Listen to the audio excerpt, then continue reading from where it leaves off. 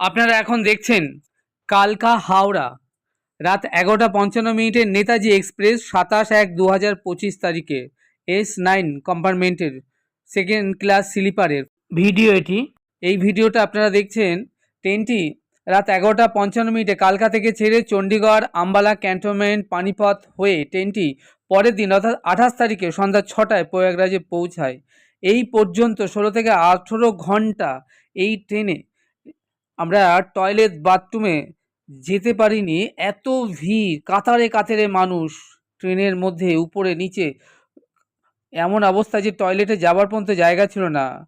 আমরা জল খাবার না খেয়ে টয়লেটের বাথরুমে না গিয়ে বহু কষ্ট সহ্য করে আমরা অর্থাৎ 29 তারিখে আমরা হাওড়া এসে পৌঁছাই সকাল 8:30টায়। এই ট্রেনে একটা টিটির পর্যন্ত দেখা নেই এবং রেলের তরফ থেকে কোনো সহযোগিতা আমরা পেলাম না।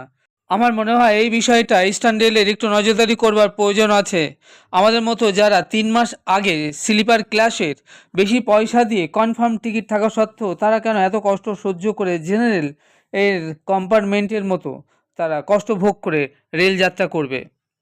আপনারা যারা এই ভিডিওটা দেখছেন তারা দেখে নিশ্চয়ই বুঝতে পারছেন মানুষ কি নিদারুণ কষ্ট ভোগ করে যারা প্রয়াগরাজে চলেছেন তাদের যেমন কষ্ট, আর যারা কনফার্ম টিকিট থাকা সত্ত্বেও স্লিপার ক্লাসে তারা এতটুকু সুযোগ সুবিধা তারা পাচ্ছেন না এবং তারা বহু কষ্ট সহ্য করে ট্রেন যাত্রা করছেন। আমার মনে হয় রেলের এই বিষয়টা একটু ভালো করে নজরদারি করবার প্রয়োজন রয়েছে।